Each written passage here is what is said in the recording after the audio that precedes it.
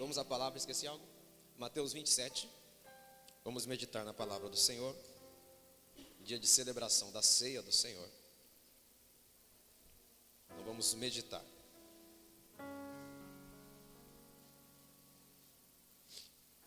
Mateus 27. Feliz em ter alguns amigos aqui nessa noite. Glórias a Deus pela vida de cada um. Aleluia. Tu és adorado, Senhor. Mateus 27, a partir do verso 32.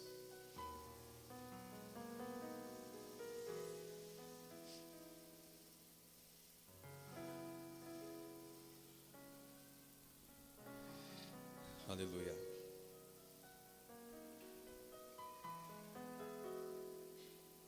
Diz assim: ao saírem, encontraram um homem de Cirene chamado Simão e o forçaram a carregar a cruz. Chegaram a um lugar chamado Gólgota, que quer dizer lugar da caveira, e lhe deram para beber vinho misturado com fel, mas depois de prová-lo, recusou-se a beber. Depois de o crucificarem, dividiram as roupas dele, tirando sortes, e sentando-se, vigiavam-no ali. Por cima de sua cabeça colocaram por escrito a acusação feita contra eles: este é Jesus, o Rei dos Judeus. 2 ladrões foram crucificados com ele, um à sua direita e outro à sua esquerda. Os que passavam lançavam-lhe insultos, balançando a cabeça e dizendo: você que constrói o templo e o reedifica em 3 dias, salve-se, desça da cruz se é filho de Deus. Da mesma forma, os chefes dos sacerdotes, os mestres da lei e os líderes religiosos zombavam dele, dizendo: salvou os outros, mas não é capaz de salvar a si mesmo? E é o rei de Israel, desça agora da cruz e creremos nele. Ele confiou em Deus. Que Deus o salve agora, se dele tem compaixão, pois disse: sou filho de Deus. Igualmente o insultavam os ladrões que o haviam sido crucificados com ele. Verso 45. E houve trevas sobre a terra do meio-dia, até que horário, irmãos? Até as 3 da tarde. Amém? Só até aí. Para entender a ceia, eu preciso entender a cruz. Para entender o evangelho, eu preciso entender a cruz. Embora seria uma pregação para alguns dias, mas hoje eu quero pegar alguns pontos, irmãos, que vai fortalecer nosso entendimento da nossa fé em Jesus, a comunhão com Ele. Sem cruz não há salvação. O pastor Ariovaldo Ramos disse: antes de Deus dizer haja luz, Ele disse haja cruz. Sem cruz não haveria planeta, não haveria universo, não haveria atmosfera. Nós não estaríamos aqui. Antes de Deus dizer haja luz, o Filho disse: eu vou morrer. Essa voz ecoou na eternidade. A decisão foi antes da luz aparecer. Então estamos reunidos hoje porque tudo se convergiu na cruz, tudo se encontrou na cruz de Cristo. Mas para entender até chegar na cruz, eu preciso compreender um pouquinho da formação judaica. Jesus veio como judeu, veio para o povo judeu, morreu como judeu, ressuscitou como judeu, mas a salvação alcançou a todos, é a graça salvadora de Jesus. Porque precisava se cumprir o que o Pai havia dito. Então, o Pai diz, aquilo que Deus falou a palavra de Deus não volta para Ele vazia. Talvez expliquei para alguns, eu preciso retomar, para nós entendermos o que aconteceu, as dimensões do que aconteceu na cruz, dimensões espirituais do que aconteceu na cruz. Se você enumerar cada ação, verbo é ação, andar, caminhar, ler, escrever, o verbo é ação, Jesus é ação, no princípio era o verbo, no princípio era a ação. Tudo foi criado por meio dele, e sem ele nada do que foi feito se fez. João 1 fala sobre isso. Jesus é ação, é através dele que se faz as coisas, por isso que ele é o verbo. Então, a cultura judaica diz que os meninos, o sexo masculino, ele tem a seguinte carreira: aos 6 anos de idade, ele já decorou Gênesis, Êxodos, Levítico, Número e Deuteronômio. Aos 6 anos de idade, o garoto judeu já decorou de Gênesis a Deuteronômio, 5 livros. Decorou. Qual que é a idade dele? Quantos versículos nós sabemos? Com 50 anos. O garoto judeu, ele decorou 5 livros dos 6 até os 6 anos, perdão. A hora que ele começa a ler, a escrever, ele já começa a decorar. Na verdade, já está dentro dele, porque quando ele é bebezinho de colo, já é cantado o halal. Halal são os salmos de Israel. Halal vem da palavra aleluia, louvai ao Senhor, cantai ao Senhor. Halal, salmos. Então esses cânticos já são inseridos na criança no colo ainda, para elas irem ouvindo a palavra de Deus, porque a fé vem pelo... Então de repente a pessoa é iletrada, analfabeta, ela não tem leitura, mas ouve a palavra do Senhor, é gerado fé nela, e a fé vem pelo ouvir a palavra de Deus. Então até os 6 anos de idade está resolvido a questão do Pentateuco ou da Torá, que é o nome dos 5 primeiros livros da Bíblia. Quem tem vocação para continuar estudando a palavra a partir dos 10 até os 12, ele vai para uma escola rabínica. Ele vai estudar, ao invés de nós irmos para o ensino fundamental aqui no Brasil, os garotos judeus, eles vão estudar, continuar estudando a palavra. Dos 10 aos 12, 2 anos. E lá ele continua aperfeiçoando.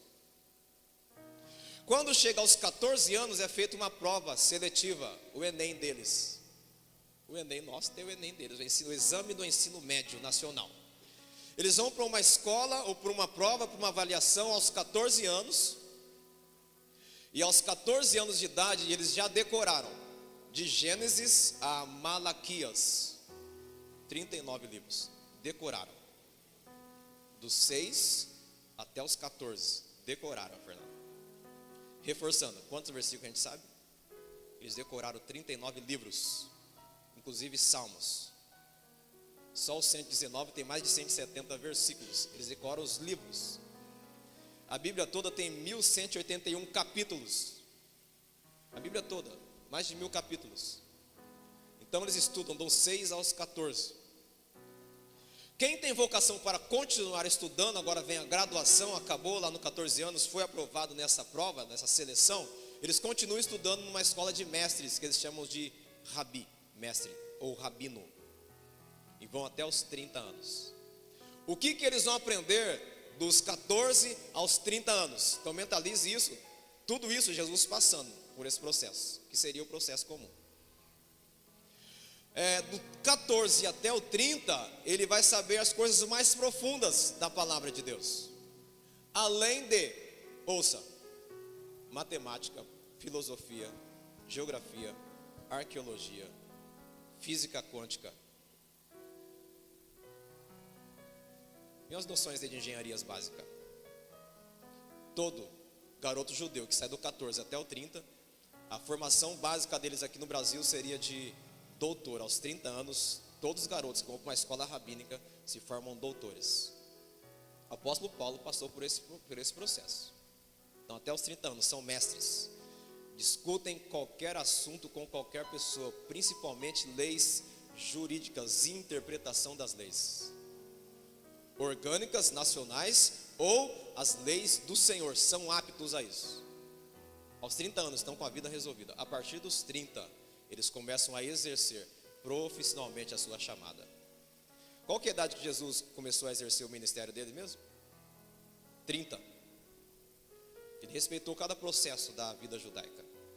Só que aos 12 anos, está escrito em Lucas 2, que ele já estava assentado e discutindo com os homens que eram doutores já. E os homens que eram doutores ficaram com o queixo caído ao ver a sabedoria de Jesus aos 12 anos. Jesus é Jesus. Então aos 12 anos, Jesus, ele já starta assim, eu já sei o meu chamado, eu já sei o meu propósito, já sei o que o Pai tem para mim aqui na terra. E começou a discutir com aqueles homens que ficaram maravilhados com a sabedoria dele, mas ele era homem, mas era Deus também. Toda a mentalidade do Pai estava em Jesus, aos 12. Então a leitura que nós fazemos particularmente de Jesus é: até os 12 anos ele teve toda a formação necessária para um judeu, está completo, ele está teleios, está perfeito. A palavra teleios quer dizer perfeito. Ele pode tratar qualquer assunto com qualquer um. Dos 12 aos 30 anos, que dá 18 anos isso, ele vai para o anonimato. Quantos anos no anonimato? 18 anos. O que ele faz nesse anonimato? Provavelmente, agora é o comentário judaico. Continua exercendo a profissão do pai. O que José fazia mesmo? O pai adotivo aqui da terra, que ele fazia mesmo? Carpinteiro.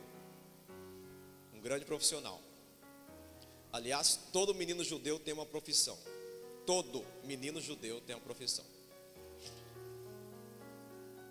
Até os 30 anos, Jesus lá cuidando das coisas de José. Até chegar o momento de manifestar o ministério dele, que durou 3 anos e meio. Dinâmico o ministério. Inicia o ministério, é batizado, tentação, vem os milagres e rapidamente começa a perseguição para matar Jesus. Com 1 ano e meio, eles já queriam matar Jesus, os mestres da lei, os religiosos. Foi tão evidente a manifestação do ministério de Jesus que rapidamente queriam exterminá-lo, porque a obra dele foi poderosa. Os milagres que ele fazia denunciavam toda a falcatrua da época. Uma atitude linda de Jesus, e isso marca e é um farol para nós nesse tempo, é quando Jesus pega um chicote, entra no templo e começa a espantar todo mundo, porque fizeram da casa do Senhor um covil de ladrões, um lugar de trocar moedas. Aí Jesus vai lá, faz um limpa, aí o povo fica mais nervoso ainda, porque mexeu no bolso deles.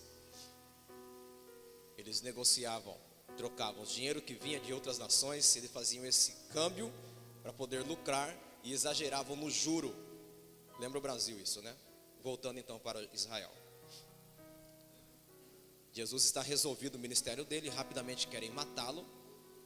Por isso que em algumas situações Jesus ele desaparece, porque não era o momento dele morrer ainda. Até chegar o momento da traição de Judas, Jesus ser entregue, passar uma noite toda de quinta para sexta-feira sendo insultado, injuriado, açoitado, fazer a via dolorosa que tem até hoje em Israel, essa via dolorosa, até sair de dentro de Jerusalém, porque a profecia é que ele seria crucificado fora, seria morto fora. E chega o momento da crucificação e acontece 20 ações quando Jesus está crucificado já, sem contar o que aconteceu antes. Dentre essas 20 ações que aconteceu lá com Jesus já crucificado, eu consegui destacar apenas 3 para o nosso entendimento hoje, para a gente poder entender porque nós vamos participar do corpo e do sangue de Jesus nessa noite. Porque Ele nos deu o direito de participar do corpo dele e do sangue dele. Ouça isso, a primeira coisa e mais grave que aconteceu com Jesus a partir da quinta-feira, a hora que ele foi traído por Judas, foi humilhação. Diga comigo, humilhação. Abre em Isaías 53, por favor. 53, 7.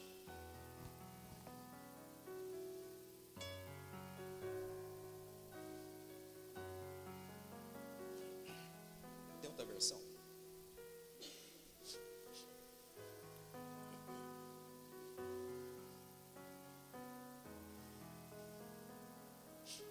Diz a versão Almeida e atualizada: ele foi oprimido e afligido, mas o quê? Como um cordeiro que é levado ao matadouro, e como a ovelha que é muda perante os seus tosquiadores, assim ele não. Isaías vendo a via dolorosa e vendo a crucificação, isso sim é profecia. Quantos anos antes de Jesus ser crucificado? Mais de 600 anos. Isaías fala, ele é um cordeiro mudo que vai como um matadouro, como na mão dos tosqueadores. Ele não questionou, ele foi oprimido e afligido, oprimido e afligido. Pressão emocional e castigo físico. Pressão intelectual e castigo no corpo, oprimido e afligido. Foi só na alma. A humilhação que Jesus passou foi plena. Todo tipo de humilhação que nós podemos pensar, tentar imaginar, a nossa mente não alcança esse tipo de humilhação, foi a humilhação que Jesus passou, por mim e por todos nós. Que tipo de humilhação que Jesus passou? Não foi só uma humilhação, falaram mal de mim. Não, não foi esse tipo de humilhação. Estão caluniando lá a minha família. Não, não foi esse tipo de humilhação que Jesus passou. A humilhação que Jesus passou foi a humilhação com o peso de toda a humanidade. Não foi um xingamento que fizeram a nosso respeito. Não foi algumas coisas que mentiram sobre nós lá na empresa. Não foi um converseiro que virou no meio da família e eu fiquei humilhado. Não, Jesus, ele sentiu na pele, no corpo e na alma a humilhação de toda a humanidade. Toda a humanidade. A presente, a passada e nós aqui, 2017. Ele convergiu tudo nele. E quantas vezes nós ficamos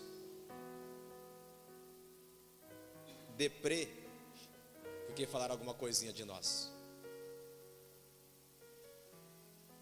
Só porque a esposa olhou torto. O que você está olhando? Estou me humilhando já. Você vê a criançada em casa hoje, como que é? Irmãos, tem filhos procurando como chama o órgão de defesa do adolescente mesmo?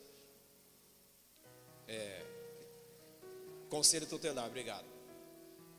Tem filho ameaçando pais aí. Vou procurar o conselho, hein, se me bater. Não pode ser humilhado em casa. A Bíblia diz assim: vara na criançada. E se procurar o conselho, pastor?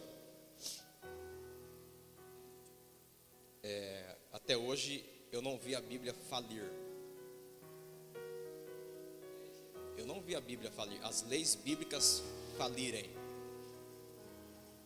Tem que educar verbalmente agora. A Bíblia diz, não é o suficiente, tem que dar varada às vezes.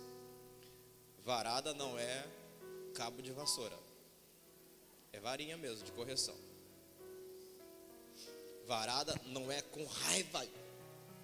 Esses dias vi um amigo falando que um pai conversava primeiro com ele, deixava ele bem tranquilo, aí depois que conscientizava ele do erro dele, aí tirava a cinta e falava, agora eu vou só te corrigir. O filho estava feliz que não aconteceu nada, não apanhou. Aí o pai calmamente dava umas cintadas e a vida continua. Se estiver na ira, não corrija seu filho, amém? Deixa a raiva passar. Toma um chá de erva cidreira. Filhão, volta aqui, agora eu estou bom para te bater. Dá umas varadinhas. Na ira nós vamos pecar, irmãos. Falo por experiência. A gente não sabe controlar a ira. Ela tem que sair. Aliás, a ordem é: não se ponha o sol sob a tua ira. Mas está escrito lá em Tiago: irai-vos, mas não pequeis. Eu posso irar, pastor? Sim, mas quando se trata do próximo, eu devo amá-lo. Até para corrigir tem que ser com amor. Só que com Jesus, os carrascos romanos bateram nele com toda a ira. Deixa eu melhorar. Os homens ficaram endemoniados para bater em Jesus. Diz que cada corte que havia no corpo de Jesus dava para se ver os órgãos vitais dele. Por quê? No chicote romano, na ponta tem uns preguinhos assim. E quando bate, engancha aí. A noite toda Jesus sendo humilhado, oprimido e afligido. Oprimido e afligido. O Mel Gibson chegou perto, o filme dele lá, Paixão de Cristo, chegou perto. É inspiração divina aquele filme lá. É impossível na nossa realidade hoje chegar tão perto, mas assim, é bíblico aquilo lá. É aquilo lá mesmo. E às vezes nós nos queixamos na vida porque alguém me humilhou. A gente não sabe o que é humilhação, irmãos. Jesus não só teve um tipo de humilhação física, foi uma humilhação moral, uma humilhação social, uma humilhação divina. Olha o que nós lemos aqui. Não falou que ia reconstruir em 3 dias? Desce da cruz e faz. Não falou que era o rei de Israel? Salva-te a ti mesmo. Como Jesus conhece o propósito dele, ele consegue olhar para aquela humanidade falando essas barbaridades e solta uma seguinte frase: Senhor, perdoa, porque eles não sabem o que faz. Qual de nós, sofrendo qualquer tipo de humilhação como essa, consegue soltar essa voz? Eu quero perdoar essa atitude. Mas a tendência, quando somos humilhados, nós corremos, inclusive, ou recorremos, vou fazer um BO. Eu tenho um certo cuidado com essa frase para nós cristãos. Quando o apóstolo Paulo está corrigindo a igreja, ele diz assim, lá em 1 Coríntios: não tem ninguém sábio entre vocês que não pode corrigir as situações difíceis sem precisar buscar a justiça dos homens? Vocês acreditam mais na justiça dos homens do que Deus, que pode agir em favor de vocês? Alguns vão ficar bravos, mas eu tenho que falar. É lógico que eu vou falar o que nós fizemos. Pastor, tem uma pessoa que está devendo 1.000 para mim, não paga faz 10 anos. Perdoe essa pessoa e a dívida também. 1.000, pastor, faz 10 anos já. Quem está mal, você ou ele? Ou ela? Perdoe, irmãos. Perdoar dívida financeira também é perdão. Estou falando que nós já praticamos e que já recebemos também na nossa vida. Me sinto humilhado já nessa empresa, me sinto humilhado já nesse trabalho, me sinto humilhado já. Pai, perdoa, porque eles não fazem. Pastor, mas a minha dívida é de 100.000. Estão devendo 100.000 para mim. Perdoa ou não? Eu tenho uma resposta para você nessa noite. Como que está seu coração? Está preso no 100.000? Pastor, é muito dinheiro, minha dívida é 200. Eu ainda creio em milagre. Quando perdoo 100, Deus pode dar 500 para mim. Milagre. Quando se fala de humilhação, irmãos, nós temos um sentimento de autocomiseração. Coitadinho de mim, ai de mim. Se tem alguém que sofreu nessa terra como homem, foi Cristo Jesus. E a comunhão com o corpo dele silencia qualquer tipo de reclamação nossa da vida. Está com dor de cabeça? Ai, está com dor aqui? Aí já começa, o mundo desaba. Falo por nós homens não podemos ter uma dor no dedinho, parece que está caindo o braço, é ou não é? Já viu o homem reclamando de dor ou não? Irmãos, eu fiquei assustado quando a dengue me pegou. Eu peguei ela não, né? Ela me pegou. Esse negócio que peguei dengue, estou fora. Negão jogado lá no sofá. Amor, quer comer? Não. 1,90 m lá jogado. Aí começou a piorar o negócio, entrei no quarto, fechei a janela, fechei a porta, aí não acende a luz, não quero ver nada, não. Era dengue só, não era dengo, né? Irmãos do céu. Mas como tudo tem um propósito, irmãos, cada humilhação que nós passamos está registrado. Humilhar-vos diante da potente mão de Deus, e Ele vos exaltará. Estamos numa trilha de humilhação. Olha o que o disco praise compôs. Mi maior, por favor. Se eu me humilhar diante do teu altar,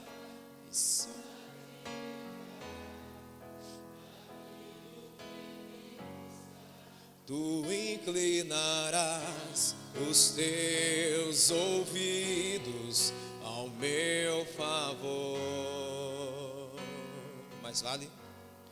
Mais vale um dia no centro do teu querer que toda a vida, sem jamais te conhecer, tu és minha fonte, minha colheita, minha herança. Você viu a condição para desfrutar disso? Se eu me... 2 Crônicas 7,14. Se o meu povo, que se chama pelo meu nome, se humilhar e orar e buscar a minha face e se converter dos seus maus caminhos, então eu ouvirei dos céus, atenderei o teu clamor e sararei a sua terra. A condição é se humilhar. Não é os outros nos humilharem, é ter uma condição própria de humilhação. Quero te dar algumas dicas então. Então, se de repente no meio do louvor, no meio da palavra, você sente seu coração compungido e quiser se ajoelhar, se prostrar, se ajoelhar, não demore para fazer isso. Quem faz isso é o Espírito Santo dentro do nosso coração. É tempo de nós sairmos do pedestal da exaltação. Se eu me humilhar, o Senhor ouvirá o meu clamor, vai me atender, porque Ele é a nossa fonte, nossa colheita e nossa herança. Diga comigo: Jesus sofreu toda a humilhação de todos os homens. Amém? Toda humilhação. Segundo ponto que Jesus sofre. Como é toda a humilhação, então o peso do pecado, de todo o pecado, de toda a humanidade estava sobre Jesus. Romanos 5 fala de um segundo Adão, um segundo homem. Só era possível arrancar esse pecado que foi implantado, inaugurado aqui na terra, através de um homem. No mesmo texto de Romanos 5 diz: se por um homem entrou um pecado, também através de um homem veio a salvação. Esse é Jesus. Então o peso, irmãos, de todo o pecado estava lá em Jesus. Não era só o peso dos pregos, dos cravos, da lança, da humilhação. Tinha mais a tensão do pecado, que nós não fazemos ideia agora. Nossa mente não consegue alcançar isso, mas estava lá em Jesus.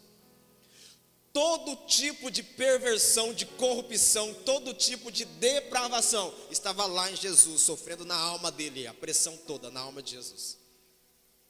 Que chega um momento, se nós continuarmos lendo Mateus 27, que Jesus dá um brado: Eli, Eli, lama sabachthani, que traduzindo é: Deus meu, porque um cumprimento profético de Salmos 22, ele falando o que Davi já tinha falado.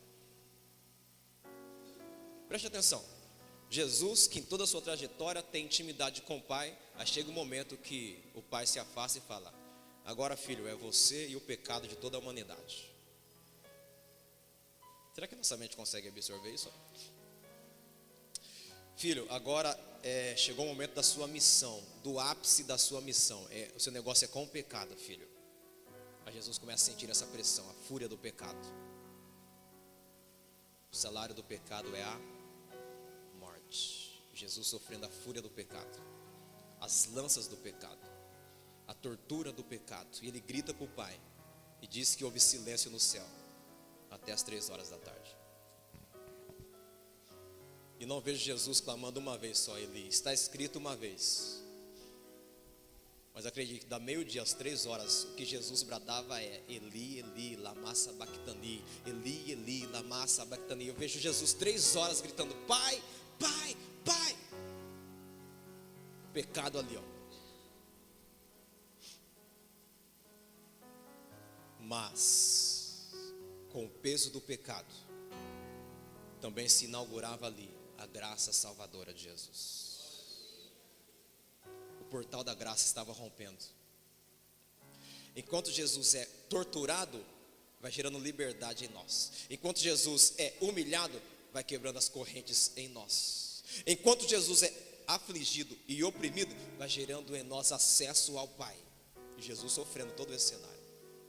Em Romanos 5 diz assim: logo assim como por meio da desobediência de um só homem muitos foram feitos pecadores, assim também por meio da obediência de um único homem muitos serão feitos justos. Está falando de mim e falando de você.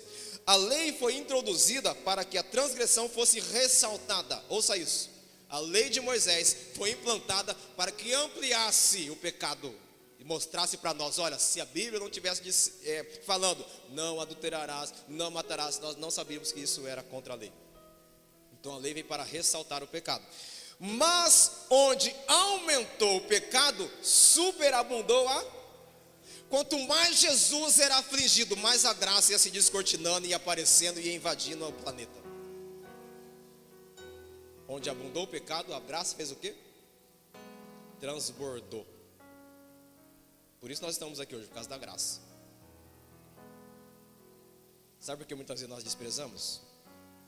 Porque pensamos que a graça é de graça. A graça não é barata. A graça tem um peso. Estar em Cristo tem um peso. E esse peso se chama renúncia plena. Aquele que quiser me seguir, negue-se a si mesmo, tome a sua. Sabia que você tem uma cruz? E não é a sogra?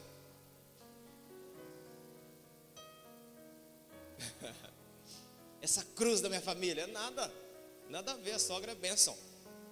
Se casei com a pastora Andréia, a mãe dela é minha mãe agora, porque eu sou uma carne com ela, então a mãe dela é minha mãe.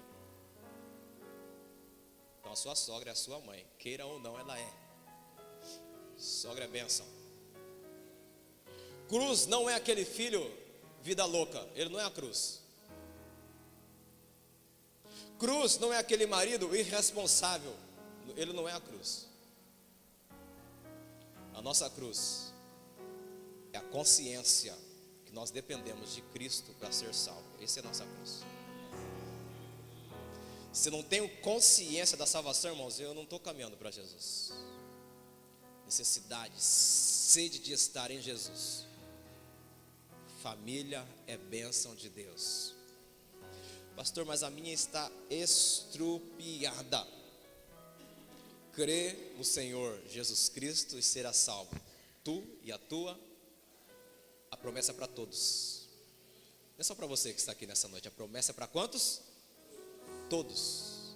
Então em Jesus se inaugura a graça. E terceiro ponto, Apocalipse 5. Abra lá, por favor. Apocalipse 5.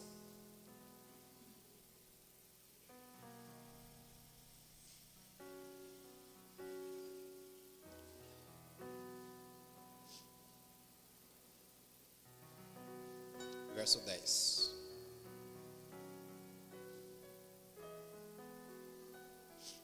Oh, aleluia. Glórias a Deus.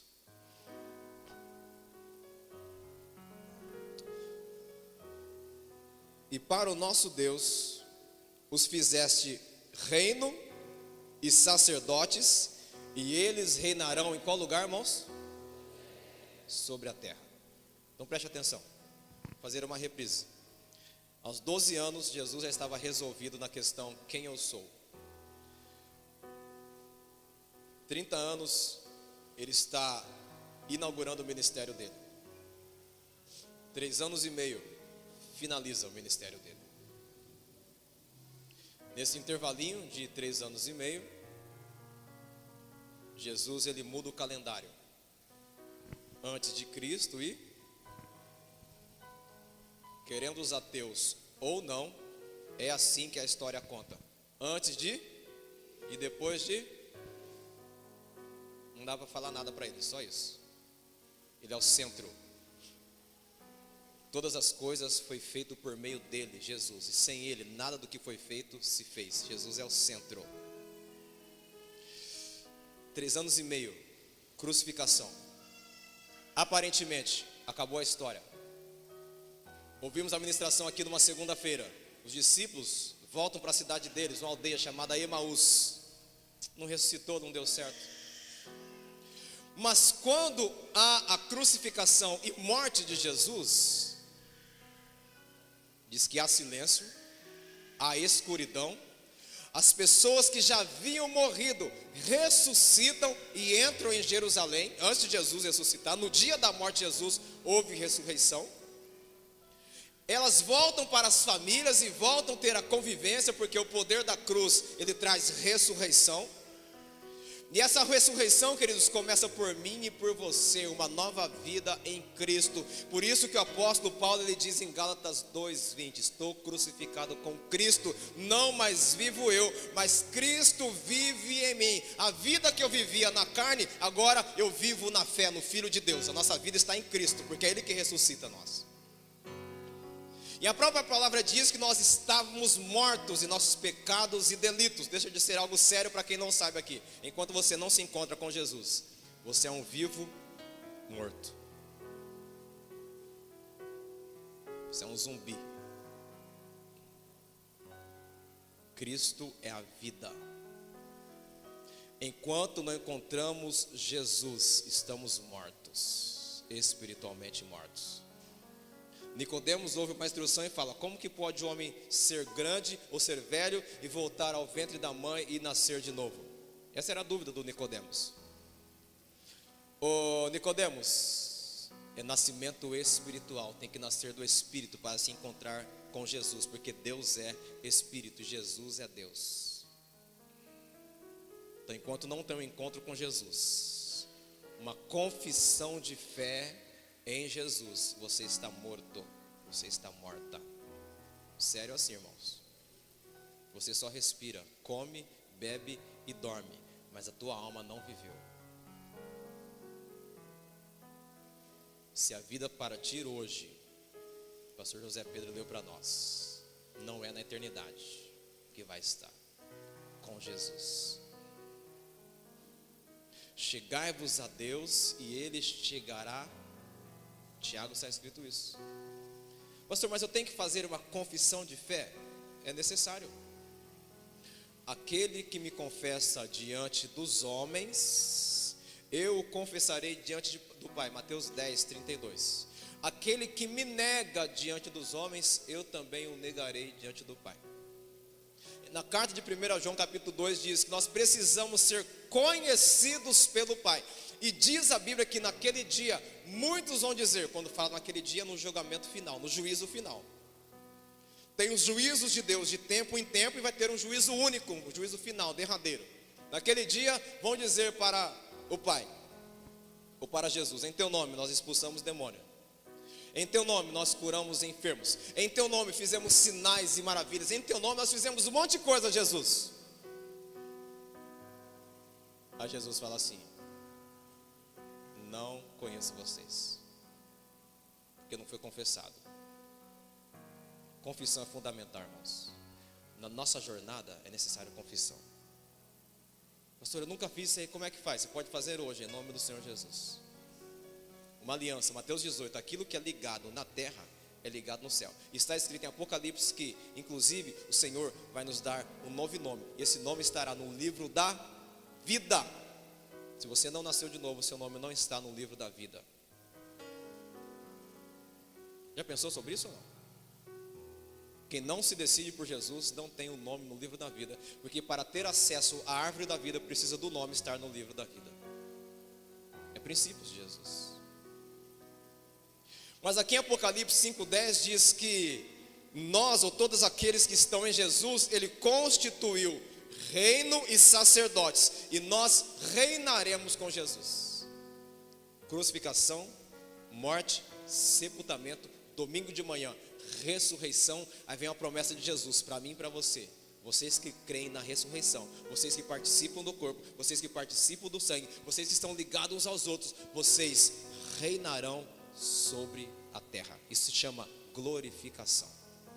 Então sabe esse tempo de humilhação que nós passamos aqui? Sabe esse tempo de perseguição que nós passamos aqui? Sabe esse tempo que nós vivemos oprimidos e pressionados pelo pecado, sendo tentado todos os dias? O Senhor diz para nós em Mateus 24: aquele que perseverar até o fim será salvo. É até o fim que tem que perseverar. Sabe aquela provocação, aquela tentação que veio de manhã, veio ao meio-dia, veio às 3 da tarde? A Bíblia está dizendo assim, ó: suporta, aguenta, suporta, aguenta. Porque a proposta, o destino é muito mais importante do que a largada. O importante é chegar lá, destino, temos que chegar no destino, em nome de Jesus. Eclesiastes diz: melhor é o final das coisas do que o começo. Melhor do que começar bem é terminar bem. Então, se houve humilhação, mas também teve a inauguração da graça. Se teve a inauguração da graça, então tem também a glorificação do povo de Deus. E diz que a igreja do Senhor vai vir com Jesus para julgar os povos. Está entendendo onde o Senhor vai nos colocar? Isso faz nós perdermos totalmente a referência aqui de ficar murmurando, sussurrando aqui as nossas lutas. Não me canso de dizer o significado de murmuração no hebraico. Já falei para vocês, né? Já, né? Murmurar no hebraico é rosnar. Sabe aquele dia que o arroz queima? A gente fica assim, ó. Dia que o feijão queima.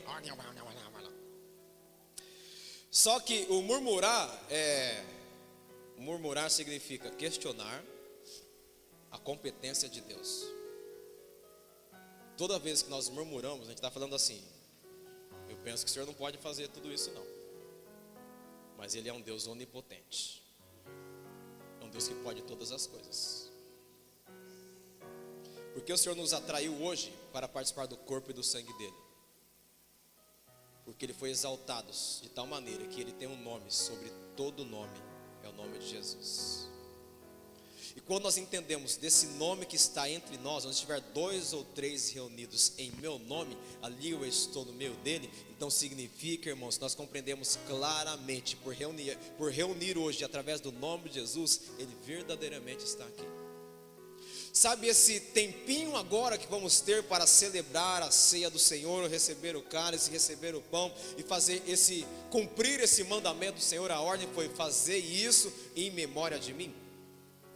Ele dizendo assim para mim e para você: estou com vocês, eu estou com vocês, eu estou com vocês, eu estou com vocês. Irmãos, em nome do Senhor Jesus, não deixe as lutas perderem o foco. Não deixe as lutas fazer com que você perca o alvo.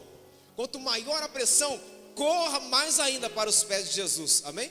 Quanto maior a dificuldade, passe mais tempo ainda em oração. Não ceda às pressões, em nome de Jesus. Ele foi oprimido e afligido, mas como cordeiro não abriu a sua boca. Quer ter uma semana de bênção e saudável em nome de Jesus? Cesse as queixas, cesse as murmurações, cesse as reclamações. Só com louvorzão lá na sua casa e falar: nessa casa aqui nós vamos adorar.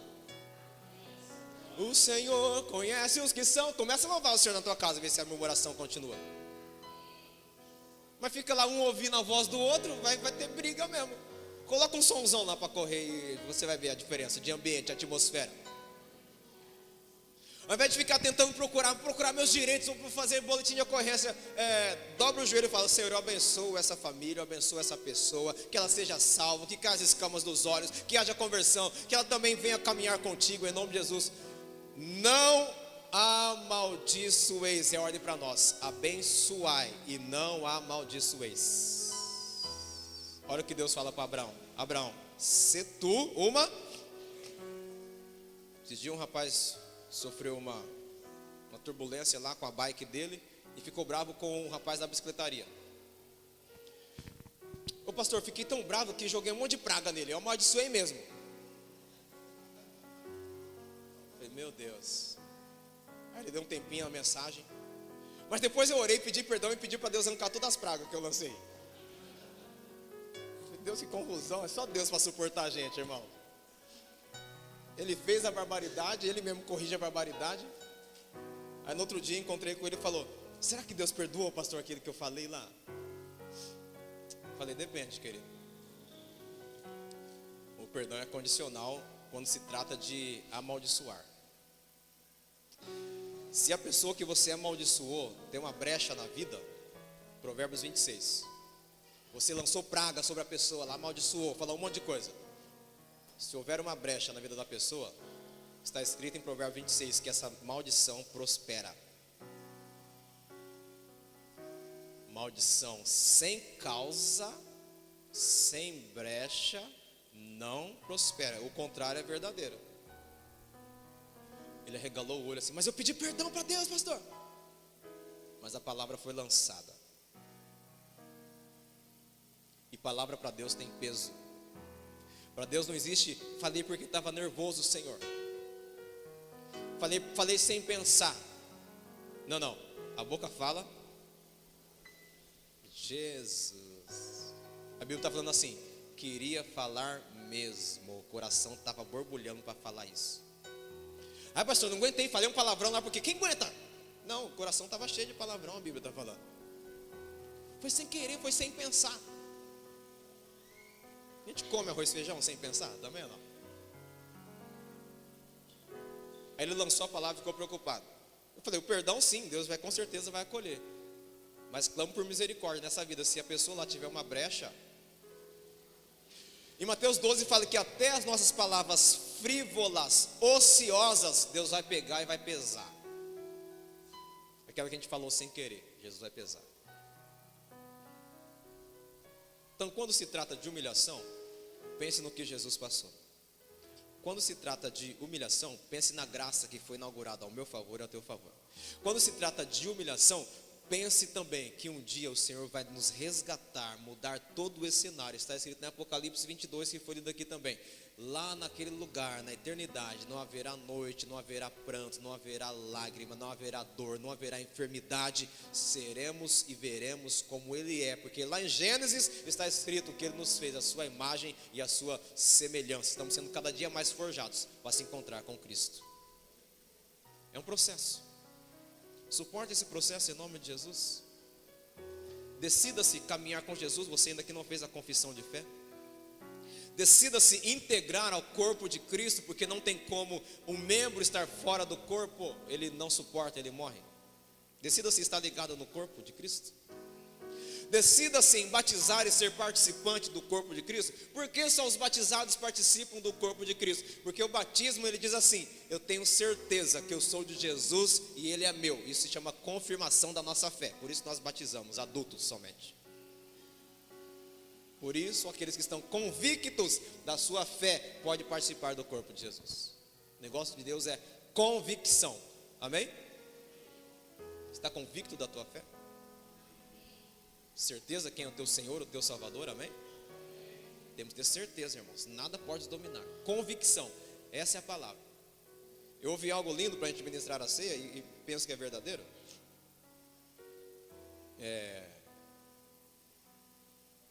Não é só homem bonito que casa.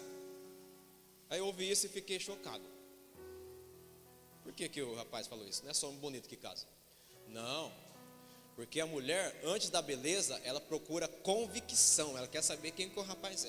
Aí ele continua e deu um exemplo. Antes da pessoa namorar e se casar, ela faz uma pergunta assim para o rapaz. Ela nem está vendo a beleza, ela pergunta assim: onde você trabalha? Convicção, para ver se o rapaz é ponta firme, se não vai deixar a criançada passar fome. Convicção, aí eu concordei com ele. O negócio não é ser bonito, é ser convicto. Os convictos pode ser mais feio que for, mas ele sabe quem ele é, ele vai casar, está tudo certo. Convicção. A respeito da nossa fé não é diferente. Precisamos ter certeza quem é o nosso Senhor, quem é o nosso Salvador, quem nós somos nele, é convicção. A fé, ela vem por ouvir, e ouvir a palavra de Deus. Ora, a fé é um firme fundamento, e quando se diz firme fundamento, é algo sólido, que nós não podemos ver. Fundamento, o alicerce. E é prova das coisas que se esperam, não das coisas que se... Feche os olhos naturais, é tempo disso, abrir os olhos espirituais e falar: Senhor, eu creio que o Senhor pode fazer um milagre na minha casa, na minha família, na minha vida, no meu trabalho, onde for. É pela fé que você vai vencer essa semana, em nome de Jesus. Por isso que as pessoas olhavam para a cruz e ficavam horrorizadas, mas dentro de Jesus, ele olhava assim e falava: eles nem imaginam o que vem depois dessa cena horrível. Como os discípulos ficaram com medo, aí vem Jesus, pastor Juarez, depois, bonitinho, sem aquelas marcas do sangue no corpo, entra na casa com os irmãos, todo mundo com os olhos estatalados assim. Aí Jesus quebra o gelo e fala assim: paz seja convosco. É Jesus, é Jesus. Por quê? Nosso Deus é um Deus de paz. Mas como pode? O Senhor atravessou a parede? Não é Jesus não. Me dá uma comida aí, vamos comer. Vim celebrar com vocês aqui, vim participar da mesa com vocês. Aí Jesus celebra com eles. Como Tomé não estava lá, aí Jesus deixou uma reservinha para o Tomé, exclusivo. Passa uma semana, o Tomé não viu, né? E reclamou para todo mundo. Você vê se Jesus mostrar que é ele. As marquinhas lá ficou por causa do Tomé, ok? Irmãos, o Senhor se importa com você em particular. Está entendendo isso ou não? Aí ele aborda Tomé, pastor Zé Pedro fala: tá aqui, filhão. Estava com dúvida? Tá aqui, eu vejo aqui as marcas nos pés, ô Tomé. Irmãos, eu vejo Jesus, um homem alegre, você entende isso ou não? Ele chegou assim: aí, você é incrédulo, vem aí. Não, Jesus não faz isso. É a gente que faz isso. Tomé, dá uma olhadinha aqui. Vem, põe o dedo aqui, Tomé. Você crê nisso aqui, Tomé? Tomé se derramou diante de Jesus. Aí Jesus levanta o Tomé e fala assim: bem-aventurados que não viram e creram, porque sou eu e é você. A gente é feliz porque não viu nada daquilo, mas crê. Mais de 2000 anos que esse livro está escrito, a gente continua crendo que ele não ficou lá no túmulo, ele ressuscitou, está aqui entre nós, em nome de Jesus. Você crê nisso? Então aplauda bem forte o Senhor Jesus.